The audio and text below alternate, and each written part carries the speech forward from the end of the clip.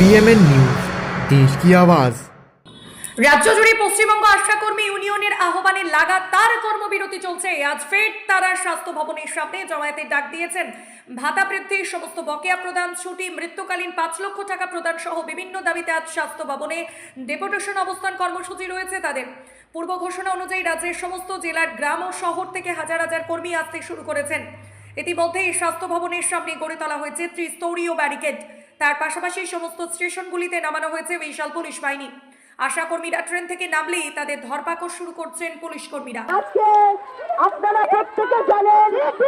আজকে যে এখানে আপনারা জমায়েত হয়েছেন এর কারণটা যদি বলেন। আজকে জমায়েত হওয়ার কারণ আমাদের স্বাস্থ্য ভবন যাওয়ার কথা ছিল, কিন্তু 7 তারিখ গিয়েছিলাম। আমাদের স্বাস্থ্য সচিব নারায়ণ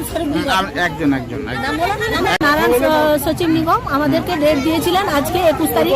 আমাদেরকে মানে আবার যে কি অর্ডারটা হয় সেটুকু আমাদের সাথে বসে আলোচনা করবেন, কিন্তু সেটা আমরা যদি মাঝপথে যদি আটকে যাই আমাদের, তাহলে দাবি দাবা কি হলো না কতটা কি সাকসেসফুল হলাম আমরা সেটা তো জানতেই পারবো না। কিন্তু আমাদেরকে পথ থেকে আটকানোর কি কারণে আমাদেরকে বলাইবন্ডাতে, এবং আরেকটা বাস আসার কথা ছিল বাইপাসে, সেটা ছিল হোগলাবাড়িতে আটকেছে। হোগলাবাড়ি থেকে কিছুটা এসে হাসপাতাল মোড়ে এলো, হাসপাতাল মোড়ে আটকেছে। এদেরকে আমি ফোন করে জানালাম হাসপাতাল মোড়ে আছে, তোমরা এগিয়ে যাও। এরাও এগিয়ে গেল, কিন্তু বাসকে ঘুরে দিল যে আপনি ঘুরে যান। আর কোনো কিভাবে আটকালো কিভাবে তাদের গাড়ির কাগজ দেখলো, কাগজের কোনো সমস্যা নেই, তবুও তাদের বলছে আশাকর্মীদের কোনো রিজার্ভ বাসে কোনো যাওয়া যাবে।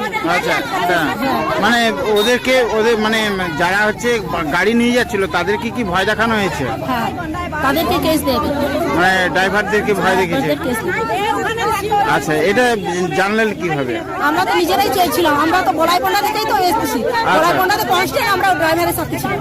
আচ্ছা, হ্যাঁ, এখানেও কি প্রশাসন আটকালো নাকি? এখানেও তাই আটকালেন, কিছু অর্ডার দেয়নি যে কোনো কিছু করার জন্য, সেগুলো নিজেদেরকে অবরোধ করতে হয়।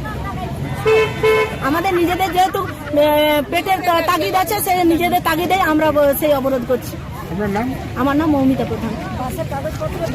বাসের কাগজপত্রও দেখলেন, দেখার পরে উনি বলছেন যদি আপনারা যদি চান তাহলে আপনাদের নামে নিজেদের নামে কেস দেওয়া হবে, বাস শুধু নয়, আপনি পাবলিক হিসাবে আপনার নামে কেস দেওয়া হবে। তখন উনি বললেন আপনারা কি করবেন, আপনাদের চিন্তা করুন, আপনারা আমার বাস থেকে নেমে যান এবং আমাকে 3 ঘন্টা একই জায়গাতে স্টে করতে হবে। এবং ওই বাস বলাইপন্ডাতে আছে, কিন্তু 3 ঘন্টার আগে কোনো ফোন উনি ধরবেন, এ কথাও জানিয়ে দিয়ে ফোন নম্বর।